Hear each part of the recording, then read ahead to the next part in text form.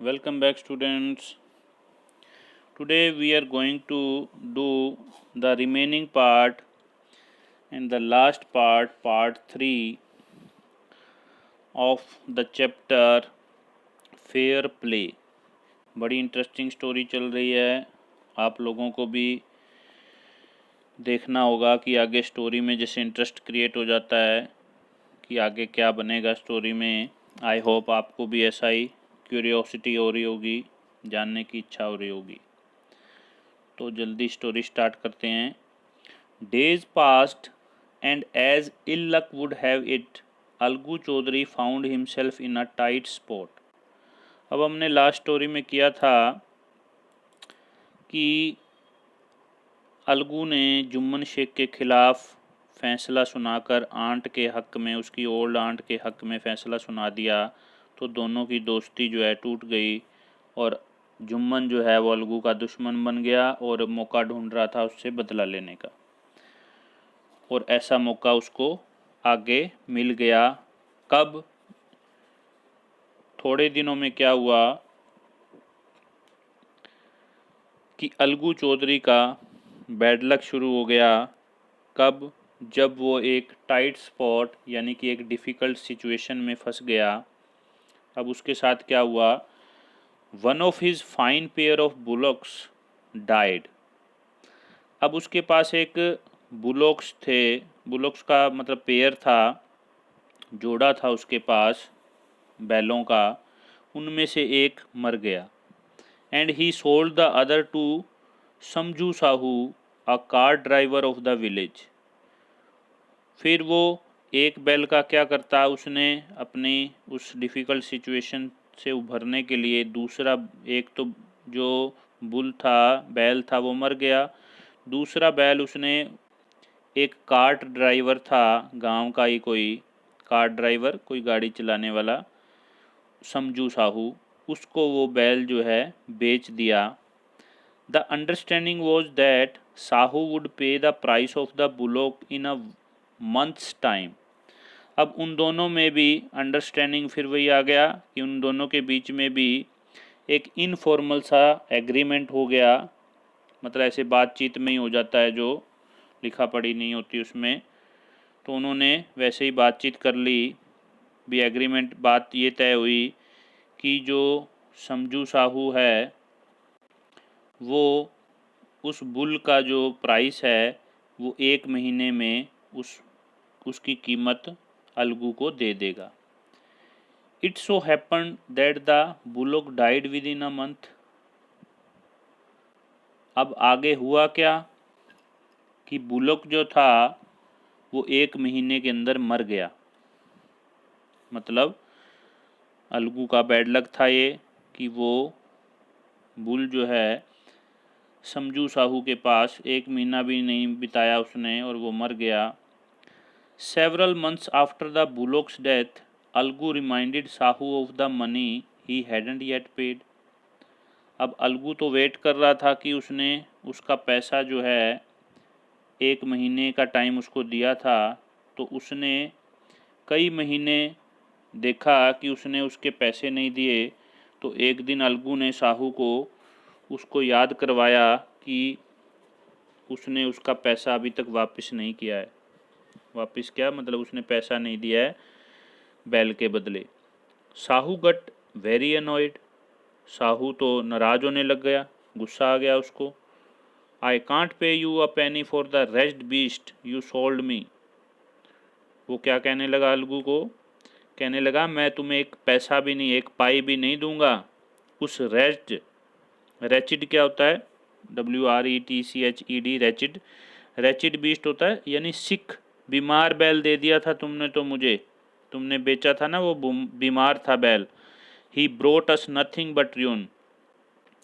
कहता उसने तो हमें सिर्फ तबाही के, नुकसान के, कुछ भी नहीं दिया उस बैल ने।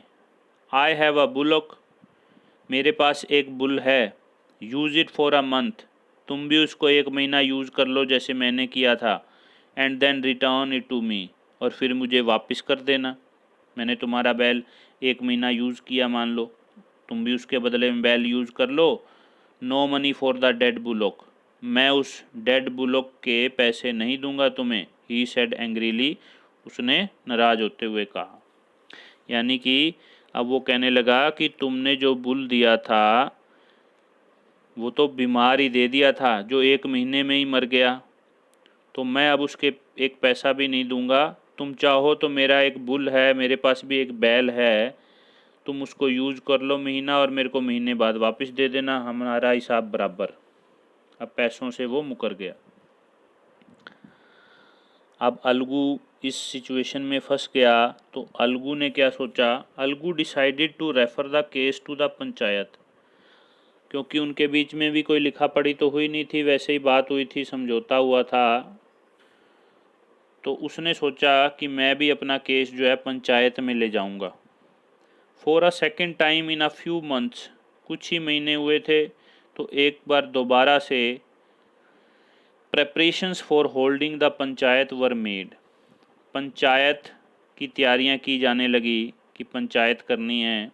एंड बोथ द पार्टीज़, और दोनों पार्टीज़ यानी कि समझू साहू और उधर से अलगू, दोनों he started meeting people seeking their support, लोगों को अपनी तरफ करने में जुट गए, उनको मतलब अपना केस सुनाकर भी उनकी सपोर्ट मांगने लगे कि आप मेरे हक में रहें, भी आप मेरी तरफ, मेरी बात सही है, आप मेरे को सपोर्ट करें पंचायत में बैठ के। तो उन्होंने एक दूसरे के मतलब एक तरह से खिलाफ लोगों से अपने वोट इकट्ठे शुरू कर दिए करने, ताकि लोग उनको सपोर्ट करें, दोनों को अलग अलग। The panchayat was held under the old banyan tree, एक बार फिर से उस ओल्ड बेनियन ट्री यानी बरगद के पेड़ के नीचे फिर से एक बार पंचायत हुई। एक बार पंचायत कब हुई थी, जब जुम्मन शेख और उसकी ओल्ड आंट के बीच में जो एग्रीमेंट को लेके कोई मतलब झगड़ा हो गया था। अब पंचायत दोबारा बैठी। Algu stood up and said, लेकिन उस समय तो अलगू जो है पंच हेड था, आज तो अलगू जो है खुद ही अपना केस लाया हुआ है पंचायत में। तो उसने खड़े होकर क्या कहा, the voice of the panch is the voice of God, कि पंच की आवाज़ ही मेरे परमेश्वर यानी गॉड की आवाज़ है, यानी उसका फैसला मुझे सर्वोपरि है। Let Sahu nominate the head panch, Sahu चाहे तो किसी भी हेड पंच को नॉमिनेट कर सकता है, मतलब साहू किसी का नाम ले दे जो पंच हेड बनना चाहे, तो मैं उसका कहना जो भी वो फैसला लेगा, I will abide by his decision, मैं उसका डिसीज़न मान लूँगा। जैसे उस समय ओल्ड आंट ने अलगू को हेड बनाया था जुम्मन शेख के कहने पर। जुम्मन शेख ने भी ऐसे कहा था एक बार कि मेरी आंट जिसको भी पंच हेड बनाएगी मैं उसका फ़ैसला मान लूँगा। ऐसे ही आज अलगू ने कहा कि इस सभा में, इस पंचायत में साहू, समझू साहू जिसको भी पंच हेड बनाना चाहे मैं उसका फ़ैसला मानने को तैयार हूँ। Sahu so his chance and propose the name of Jumman, Sahu को तो मौका मिल गया, उसको पता था भी ये जुम्मन और अलगू दोनों दुश्मन हैं। अब तो उसने जुम्मन का नाम नॉमिनेट कर दिया कि मेरी तरफ से मैं जुम्मन को जो है पंच हेड बनाता हूँ, वो जो फैसला करेगा वही सर्वोपरि होगा। अलगूज हार्ट सैंक, जैसे उसने जुम्मन का नाम लिया अलगू का तो दिल बैठ गया। एंड ही टर्न्ड पेल, वो तो फीका पड़ गया। फीका का मतलब उसका तो मुंह उतर गया, क्योंकि उसको पता था भी मैंने जुम्मन शेख के खिलाफ फैसला सुनाया था, तो ये क्यों मेरे पक्ष में सुनाएगा। But what could he do, लेकिन अब वो कर भी क्या सकता था, अब तो उसको वो चीज़ माननी ही पड़ेगी। The moment Jumman became head panch he realized his responsibility as judge and the dignity of his office, जैसे ही जुम्मन को हेड पंच बनाया गया, जुम्मन को अपनी रिस्पॉन्सिबिलिटी एज अ जज रियलाइज हुई and the dignity of his office here means an important position भी वो, क्योंकि अब एक हेड पंच था तो उसको अपने उस पद की गरिमा को बनाए रखने के लिए अपनी रिस्पॉन्सिबिलिटी का एज ए जज एहसास हो गया कि मैं जो है अब एक पंच हेड हूँ। Could he seated in that high place have his revenge now. अब वो सोच रहा था, ही थॉट एंड थॉट, उसने बार बार खूब सोचा कि क्या वो इस पंच हेड की कुर्सी पर बैठकर इस समय इतने ऊंचे आसन पर बैठकर अपना वो बदला निकालेगा। No, he must not allow his personal feelings to come in the way of speaking the truth and doing justice. उसके मन ने कहा नहीं, कि मुझे जो है अपनी पर्सनल फीलिंग को सच्चाई बोलने से और न्याय करने से भी, मैं अपनी पर्सनल फीलिंग्स को हावी नहीं होने दूंगा। सच्चाई बोलने और एक न्याय करने से रोक नहीं सकेगी मेरी जो पर्सनल फीलिंग्स हैं। Both Algu and Sahu stated their cases. अब अलगू और साहू दोनों ने अपने अपने केस जो है, अपनी अपनी बात रख दी। स्टेटेड होता है to formally say something in a careful and clear way. बड़े अच्छे से बात समझा दी उन्होंने, दोनों अपनी बात रख दी, अपना अपना पक्ष। देवर क्रॉस एग्जामिन्ड, उन दोनों से भी सवाल जवाब किए गए। और and the case was considered deeply, और केस को बड़े गहराई से सोचा गया। Then Jumman stood up and announced. अब जुम्मन खड़ा हो गया फैसला सुनाने के लिए और उसने अनाउंस किया, it is our opinion that Sahu should pay Algu the price of the bullock. अब उसने उठ के फैसला सुनाया कि हमारी राय ये है कि पंचायत का ये फैसला हुआ है कि साहू जो है वो अलगू को बुल का प्राइस, बुल की कीमत चुकाएगा।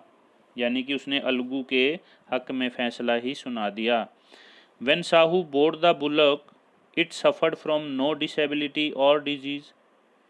उसने साथ में ये भी कहा कि साहू को जब अलगू ने बुल दिया था, बेचा था, या साहू ने जब बुल ख़रीदा था, तब तो उसको कोई बीमारी नहीं थी, कोई डिसेबिलिटी, कोई उसको मतलब दिक्कत नहीं थी।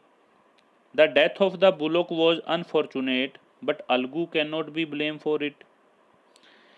कि ठीक है, मैं मानता हूँ कि बुल का मर जाना बड़ा दुर्भाग्य की बात है, लेकिन अलगू का तो इसमें कोई दोष नहीं है। Algu could not contain his feelings. ये सुनते ही अलगू तो अपनी फीलिंग्स को रोक ही नहीं पाया। He stood up and said loudly over and over again, victory to the panchayat. वो तो खड़ा हो गया और ज़ोर ज़ोर से बोलने लगा, कहता है victory to the panchayat, panchayat की जय हो। दिस इज़ जस्टिस, ये तो सही न्याय किया है। God lives in the voice of the panch, क्योंकि पंच ही परमेश्वर है,